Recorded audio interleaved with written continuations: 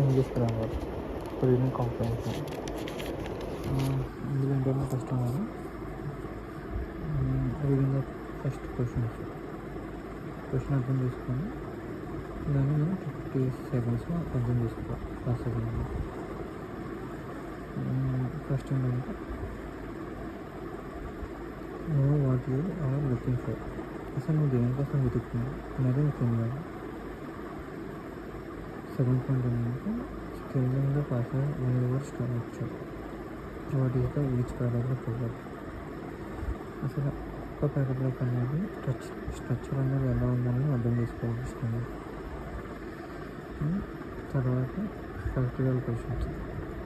Find the answer in the line the passage. Verify the word before and marketing. ఒక word అనేది ఎలా మారుతుందని check చేసి దాన్ని వెనకతల ముందు మార్కెటింగ్ చేయమని చూడు. తర్వాతది టోన్ ఆర్ మెయిన్ ఐడియా. అసలు ప్రతి క్వశ్చన్కి ఒక టోన్ ఉంటుంది, లేదా క్వశ్చన్కి వెనకతల టోన్ ఉంటుంది. దాన్ని అర్థం చేసుకో, లేదంటే మెయిన్ అర్థం చేసుకో.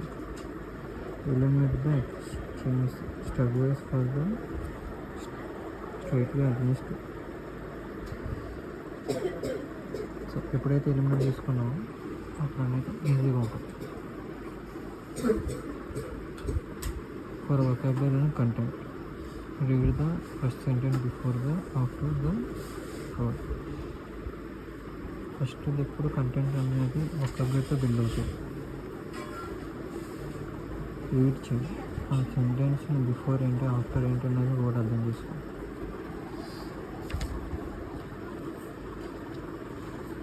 అది ఓన్గా అర్థం చేసుకోవాలి.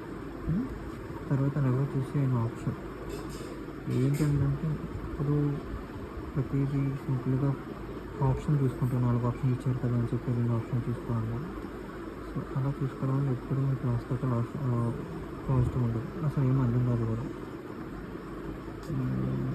సో అందుకని చెప్పి క్లారిటీగా అర్థం చేసుకోండి.